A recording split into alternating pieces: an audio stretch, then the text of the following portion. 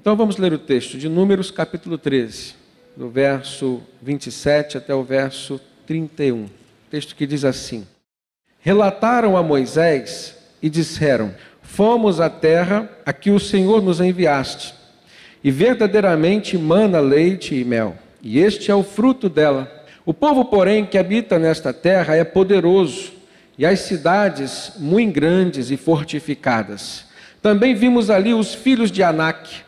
Os amalequitas habitam na terra do Neguebe, os heteus, os jebuseus e os amorreus habitam na montanha, os cananeus habitam ao pé do mar e pela ribeira do Jordão. Então Calebe fez calar o povo perante Moisés e disse: Eia, subamos e possuamos a terra, porque certamente prevaleceremos contra ela. Porém os homens que com ele tinham subido disseram: Não poderemos subir contra aquele povo, porque é mais forte do que nós. O preço da incredulidade e da falta de confiança em Deus. E o que nós estamos acabando de ver aqui é que muitas vezes nós perdemos algumas bênçãos pela falta de fé, por não confiarmos em Deus, que nos traz as bênçãos, que também Ele é poderoso para mudar as nossas vidas e nos adequar de maneira tal que possamos conviver com essas bênçãos. Existem alguns estágios na nossa vida nos quais Deus nos ensina. Deus sempre quer nos abençoar, Deus sempre quer o bem para os seus filhos. E lá no deserto não era diferente. Embora eles estivessem vivendo dias de deserto, e dias de deserto, traduzindo para nós hoje, né, são dias de crise, são dias de dificuldades, são dias de hesitação, de dúvidas. Embora o povo estivesse passando por desertos, até mesmo no seu interior, Deus estava com eles. Deus os provia de todas as suas necessidades. E Deus estava preparando aquele povo para habitar a terra prometida. E de repente eles chegam a avistar a terra, e Moisés, como seu líder, define que um emissário de cada tribo, de cada uma das 12 tribos, estaria indo para espiar aquela terra e verificar como que ela estava, se ela estava numa situação favorável a ser habitada. E eles então caminharam por lá 40 dias, verificando ponto por ponto, observando, verificaram que havia ali moradores, verificaram que ali havia também muitos frutos bons. Ficaram impressionados, por exemplo, com o tamanho das uvas que lá eram produzidas. Eles tiveram que preparar 2 pessoas com uma madeira em seus ombros para carregar um cacho de uva. Tal era o tamanho, né, do fruto que aquela terra produzia. E eles levaram aquilo como resultado, né, da sua incursão àquela nação, àquela terra. E trouxeram até Moisés e até toda a congregação de Israel. E naquele momento, Moisés pede um relatório de cada um dos 12. E 10 deles apresentaram um relatório negativo. Não acreditaram que poderiam ser capazes de entrar, conquistar e de possuir aquela terra e recebê-la como bênção do Senhor. Mas 2 homens, Josué e Calebe, fizeram a diferença naquele momento. E eles, apesar de terem visto tudo que os outros 10 espias viram, eles olharam com uma ótica diferente. Eles olharam com a ótica da fé, da confiança no Deus que estava apresentando a eles e permitindo que eles estivessem passando por aquela circunstância. E aí nós tiramos algumas conclusões para as nossas vidas. Necessidade de conquistar todos nós temos. Necessidade de receber as bênçãos de Deus todos nós temos, porque senão elas não seriam bênçãos para a nossa vida. E há momentos na nossa vida que uma bênção a mais pode não significar tanto assim.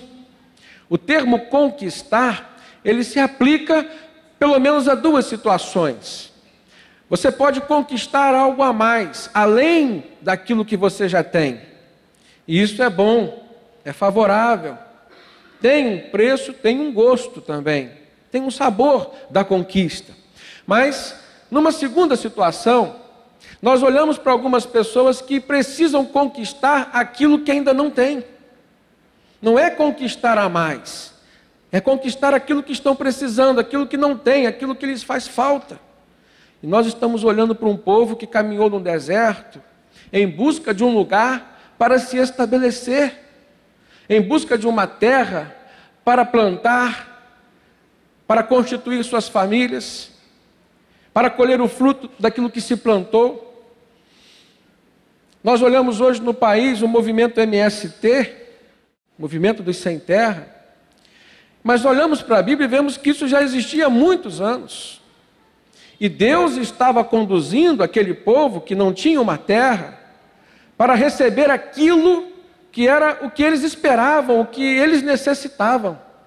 Todos nós precisamos de um ambiente para viver, de um ambiente nosso, de um ambiente seguro. E nós poderíamos fazer uma analogia com a circunstância que aquele povo estava vivendo, com as pessoas que hoje estão passando por uma necessidade e precisando conquistar aquilo que será único nas suas vidas. Algumas pessoas hoje estão necessitando sair do aluguel e precisam de uma casa própria. Vai ser uma conquista dada por Deus que vai fazer uma diferença. Não é um algo a mais, mas é aquilo que é necessário. Algumas pessoas hoje estão passando por privações na vida financeira, estão precisando de um trabalho, de um emprego. E Deus pode abrir uma porta, e não vai ser uma bênção a mais, vai ser a bênção que eles estão precisando para aquele momento. Algumas pessoas estão passando por necessidades nos seus casamentos, nas suas famílias, precisando de uma intervenção de Deus, como por exemplo a conversão de um dos cônjuges. E isso não vai ser uma bênção a mais. Aquela conversão é aquilo que elas estão necessitando e vai fazer diferença para as suas vidas. Mas o que acontece é que hoje, da mesma forma como no tempo de Moisés, a reação do povo de Deus, que hoje é a igreja, às vezes se dá no mesmo plano da reação do povo de Deus, que naquele tempo era o povo hebreu, um povo sem terra, que vivia na esperança de uma conquista, e que agora estava vendo que ao lugar aonde Deus os conduziu, naquele lugar, havia alguns empecilhos, havia algumas dificuldades. E nós tiramos como lição que hoje, nem todas as bênçãos que Deus está nos oferecendo, nos mostrando, serão bênçãos a serem recebidas sem nenhum esforço da nossa parte. Ou seja, nós precisamos nos esforçar para conquistarmos e recebermos algumas bênçãos do Senhor. Naquele tempo, irmãos, eles tiveram que usar a sua fé, assim como nós hoje também precisamos usar a nossa fé.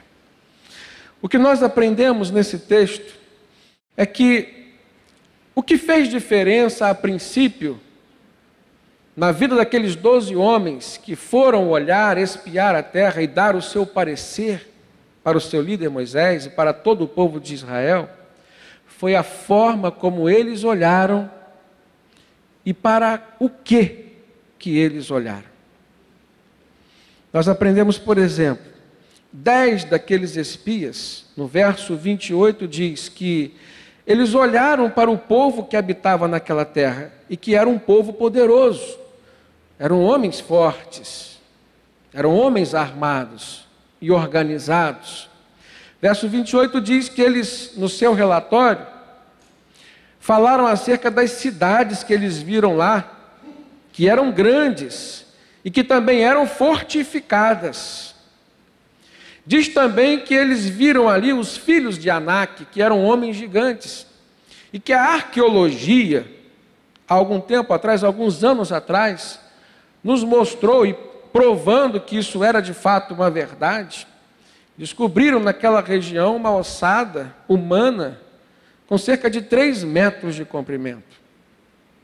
Era a reprodução de um dos filhos de Anak.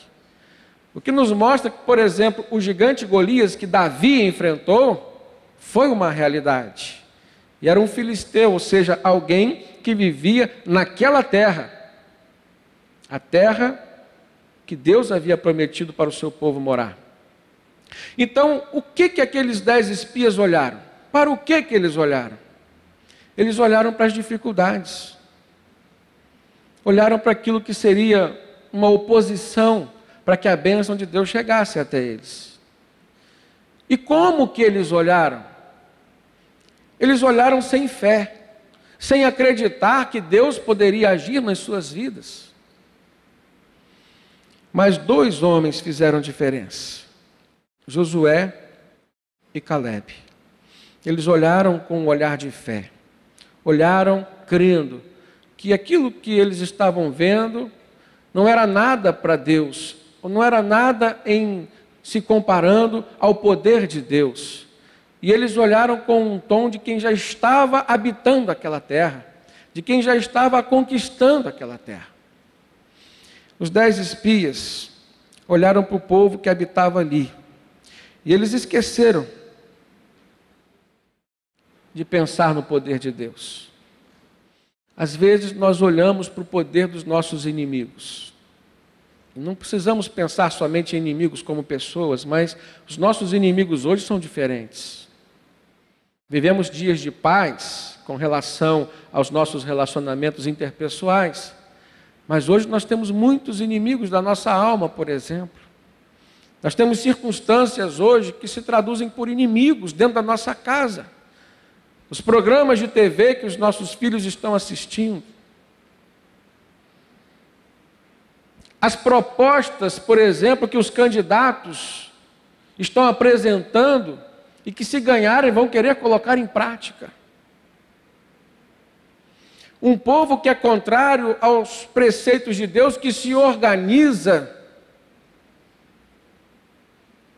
são os nossos inimigos hoje. Agora nós precisamos olhar para o poder de Deus e não para o poder dos nossos inimigos. E cremos que Deus pode intervir, que Deus pode nos fortalecer.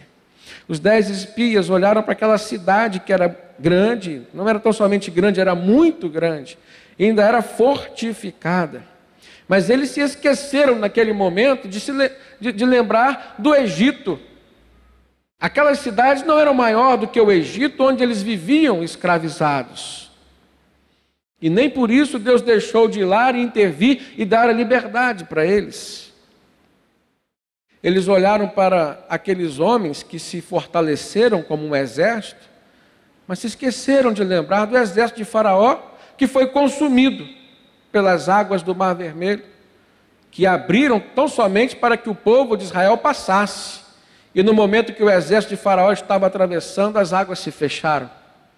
E a arqueologia mostra mais uma vez que naquele determinado ponto foram descobertas rodas de carros que justamente poderiam ser os carros de Faraó ou do exército de Faraó.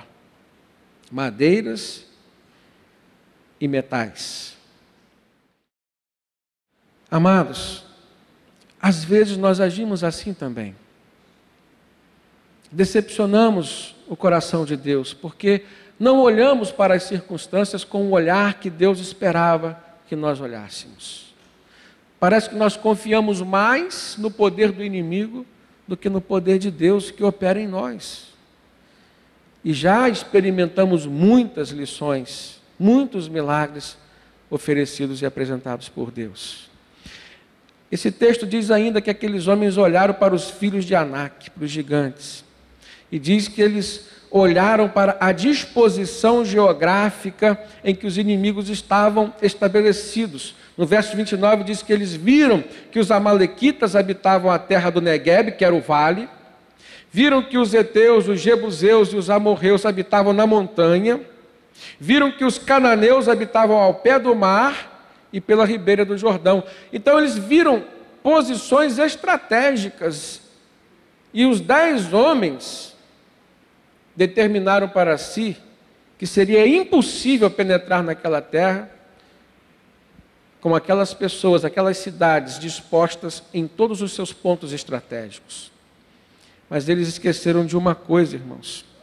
Eles esqueceram que o Deus a quem eles serviam era onipotente, onipresente e onisciente. Deus estava em todo lugar. Onipresença. Deus é poderoso, supremo, superior a todos os principados e potestades. Isso é onipotência. E Deus é onisciente. Ele sabe o que está nas nossas mentes e nas mentes dos nossos inimigos. Isso é onisciência. Aquilo que nós ainda vamos pensar, Deus já sabe. E as estratégias que o maligno poderia abrir ou agir com aquele povo de Deus, Deus já sabia. Da mesma forma que Deus sabe hoje toda a armadilha, todo o laço que o maligno venha a armar contra você, Deus já conhece. Da mesma forma que Deus conhece hoje, Deus sabe dos nossos pensamentos, sabe da maneira como nós vamos reagir. Salmo 139 diz que ainda a palavra não vem à minha boca, mas Deus já sabe o que vai sair por esta boca, ou seja, o que está no nosso pensamento.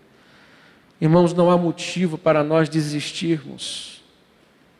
Não há motivo, desde que nós confiemos no nosso Senhor. A segunda lição que nós tiramos nesse texto é que a chance de nós reagirmos pela incredulidade é muito maior do que a chance de nós, como seres humanos, reagirmos pela fé. Dos 12 espias, 12 homens que pertenciam ao povo de Israel, 12 homens que sabiam dos milagres que Deus fez, por exemplo, das 10 pragas que foram lançadas sobre o Egito. 12 homens que sabiam e que viam Deus suprir as necessidades do povo lá no deserto, vendo o maná caindo do céu, vendo a água brotando da rocha. 10 dos 12 reagiram pela incredulidade e somente 2 reagiram pela fé. E às vezes nós cedemos e reagimos pela incredulidade. Eu me lembro daquela passagem que está lá em Mateus capítulo 8, verso 23, na qual Jesus entra no barco com seus discípulos e pelo mar da Galileia, mar afora, vem uma tempestade e Jesus, dormindo no barco pelo seu cansaço físico, seus discípulos que estavam ali tentaram controlar aquela embarcação e não conseguindo, quando viram que o barco ia naufragar, resolveram acordar Jesus. E naquele momento Jesus dá ordens para os ventos, para a tempestade, e diz o texto que vem a bonança. Sabe o que é bonança? Sentimento de paz, manifestação da paz. E aqueles homens ficaram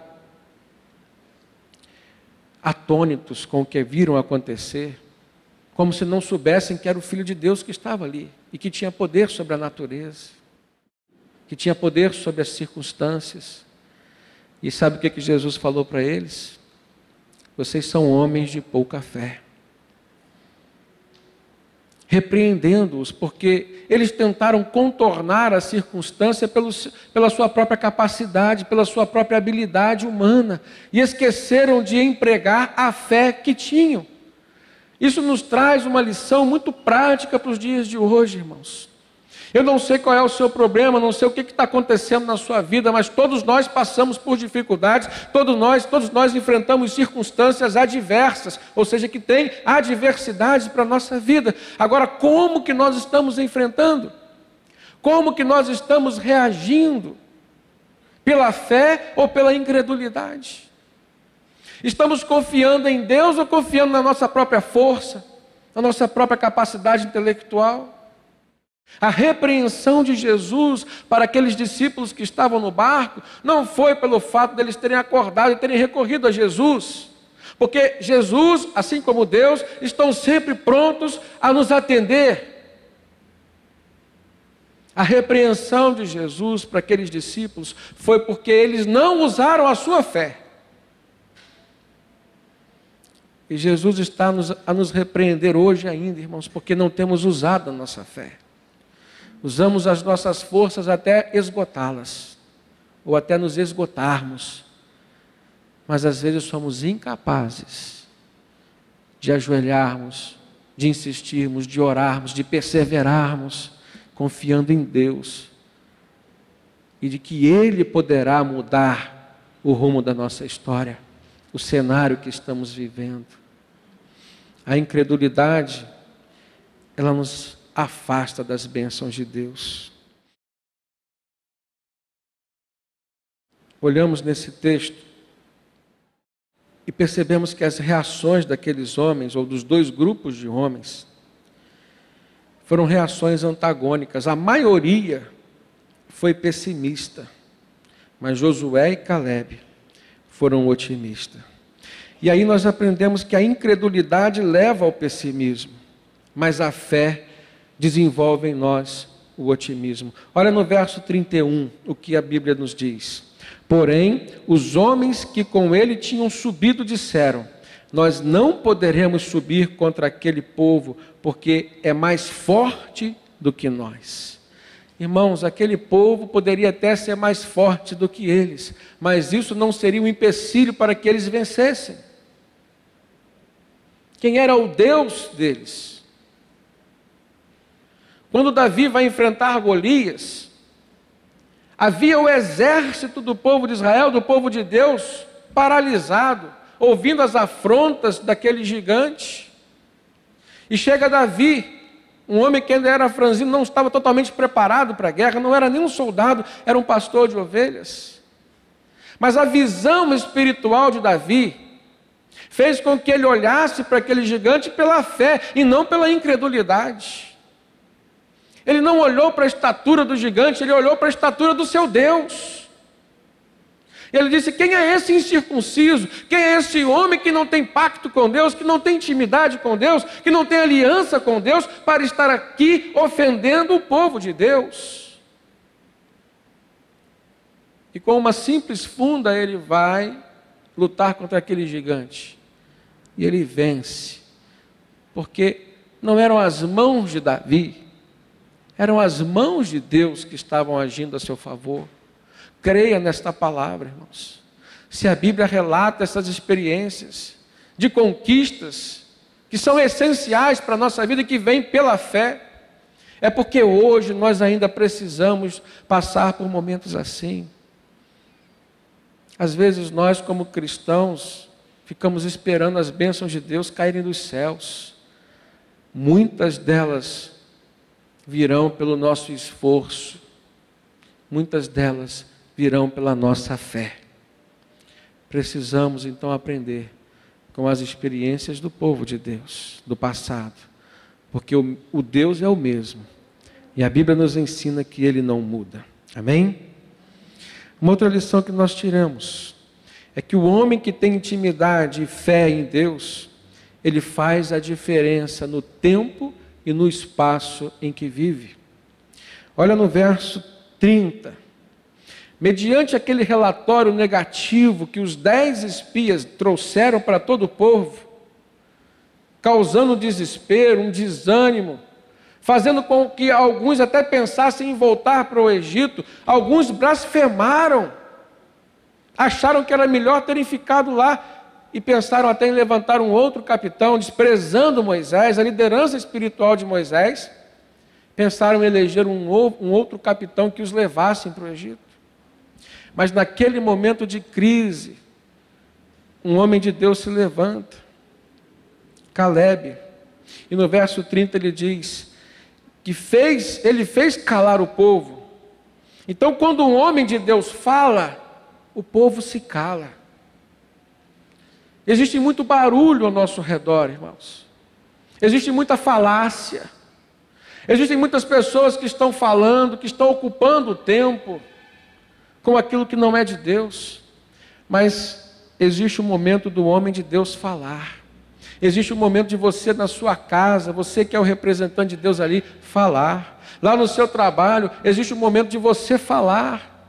E quando você fala em nome de Deus, as outras pessoas se calam para te ouvir. Eu acho interessante isso.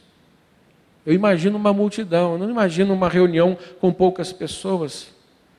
Estava Moisés, Só o exército do povo de Israel tinha 600 mil homens. Se nós contarmos as mulheres e as crianças e os idosos, o povo hebreu, o povo de Israel que caminhava no deserto, chegava a um número estimado de 3 milhões de pessoas. Eles tinham caminhado 40 anos esperando aquele momento. O líder diz: espera aqui, porque eu vou mandar 12 homens lá espiar a terra, aquela que nós caminhamos 40 anos esperando alcançar. Está diante de nós. 10 homens aparecem dizendo: nós não vamos conseguir, era melhor ter ficado no Egito, caminhamos esse tempo à toa. O nosso Deus nos decepcionou. Em outras palavras, o que eles estavam dizendo era isso. O tumulto é causado e um homem fala. E diz o texto, verso 30, então Calebe fez calar o povo perante Moisés e disse: subamos e possuamos a terra, porque certamente prevaleceremos contra ela. Eu quero dizer, eu, você, podemos fazer a diferença nos momentos de adversidade da nossa casa, da nossa família, no nosso ambiente de trabalho. Mas nós precisamos ter na nossa boca a palavra de Deus. A palavra de Deus faz calar o inimigo. A palavra de Deus faz acalmar a tempestade. A palavra de Deus traz bonança, traz paz ao coração e ao ambiente que nós estamos vivendo. Queridos, muitas e muitas vezes nós somos testados pelas circunstâncias, mas há uma palavra de Deus, certamente que há uma palavra de Deus a ser dita no momento certo e da maneira certa. O que é necessário é que nós nos apresentemos como pessoas de Deus. Que o Espírito Santo esteja em nossa vida. E que a nossa intimidade, ou o grau de nossa intimidade com Deus, esteja alto. E assim nós faremos a diferença. No capítulo 14, no verso 8 e no verso 9, olha na sua Bíblia. Agora são os dois que falam, tanto Calebe como Josué. Eles dizem assim: se o Senhor se agradar de nós, então nos fará entrar nessa terra e a dará para nós, terra que emana leite e mel. Tão somente não sejais rebeldes contra o Senhor, e não temais o povo dessa terra, porquanto como pão os poderemos devorar. Retirou-se deles o seu amparo, porque o Senhor é conosco, não os temais. A visão espiritual, poderíamos até dizer, a visão teológica de Josué e Calebe aqui, é fenomenal. Com certeza foi o Espírito Santo que estava falando por meio da boca daqueles homens. A revelação é essa: se o Senhor se agradar de nós, ou seja, se nós estivermos de forma aprovada por Deus. No Salmo 37, a palavra de Deus diz: agrada-te do Senhor, e Ele satisfará os desejos do teu coração. Entrega o teu caminho ao Senhor, confia nele e o mais Ele fará. Josué e Calebe dizem: se o Senhor se agradar de nós, Ele vai nos dar essa terra e nós vamos possuir essa bênção pela qual esperamos tantos e tantos anos. A segunda revelação nesse texto, nesse verso, sabe o que ela nos diz? Era necessário naquele momento, irmãos, além de Deus se agradar do seu povo, era necessário que eles estivessem fazendo a vontade de Deus. E naquele momento eles tiveram a consciência de que Deus tinha se retirado do outro povo. Isso é fundamental. Contra quem nós estamos lutando? eles tiveram uma revelação ali. Aquele povo que estava habitando a terra, estava claro para eles que se Deus tinha trazido o povo de Israel para habitar, é porque Deus já tinha se retirado do coração daquele povo que habitava a terra de Canaã. E se nós estudarmos um pouco de história, de geografia bíblica, nós vamos entender o porquê disso. Eu vou voltar 400 anos na história com os irmãos. No tempo de Jacó, Isaac, pai de Jacó, e Abraão, pai de Isaac, Deus tinha chamado Abraão para construir um povo, uma nação que fosse exclusiva sua, e lhe prometeu a terra de Canaã. Abraão foi para lá, prosperou, nasceu Isaac, o filho da promessa, que gerou a Jacó e Esaú. De Jacó viria a promessa. Jacó gerou José e mais 12 filhos, Diná e os outros 11 irmãos de José. Veio uma seca sobre a terra de Canaã. Aquela seca foi providência de Deus, porque José tinha sido vendido pelos seus irmãos e estava no Egito. E Deus dera uma revelação a José acerca dessa seca, dos 7 anos de seca que haveria de vir. José teve sabedoria para economizar durante os 7 anos de prosperidade. E foi um plano de Deus para que a família de José fosse até ele, fosse perdoada por ele. E naquele momento que José estava como governador do Egito, ele amparou toda a sua família, deu conforto para a sua família, deu casa, deu terra ali. Só que o que Deus tinha determinado para Abraão e para a sua descendência, era que eles haveriam de habitar em qual terra? A terra de Canaã, e não no Egito. A terra de Canaã seria a terra abençoada por Deus, terra na qual somente haveria um Deus. A terra do Egito era uma terra onde havia muitos deuses, deuses falsos, deuses pagãos. O povo de Deus se acomodou no Egito. Enquanto José estava vivo, eles tiveram boa vida. Só que o tempo foi passando. Morreu José, morreu o faraó, e outros faraós vieram. E chegou um momento em que eles resolveram escravizar o povo de Deus que estava lá. E diz o texto que 400 anos se passaram, o povo estava ali escravizado. Por quê? Porque se acomodaram no Egito com as facilidades. Irmãos, às vezes as facilidades que nós estamos recebendo não são para sempre e não estão no local onde Deus determinou que nós vivêssemos, ou da forma como nós vivêssemos. Eles deveriam voltar para Canaã. Mas como eles não voltaram para Canaã e 400 anos se passaram, outros povos habitaram aquela terra. Outros povos que estavam habitando aquela terra e que diz a Bíblia que eram povos pagãos. Matavam crianças, sacrificavam seus filhos. Cultuavam a deuses pagãos. Faziam rituais de mutilação. Marcavam seus corpos, oferecendo-se e fazendo pacto com outros deuses falsos. Aonde? Na terra de Canaã, terra que Deus já tinha dado por promessa a Abraão. Então, a revelação que está nesse texto, que sai da boca de Josué e Calebe, quando diz, o Senhor já se retirou deles, é que aquele lugar Deus não habitava e Deus queria retomar. Deus queria dar aquela terra a quem Ele já havia prometido desde os dias de Abraão. Não era uma conquista, era uma reconquista. Então a vitória seria dada, porque eles estavam entrando num lugar que já era deles. Eles tinham que lutar contra os invasores, contra os inimigos, contra quem Deus não estava aprovando.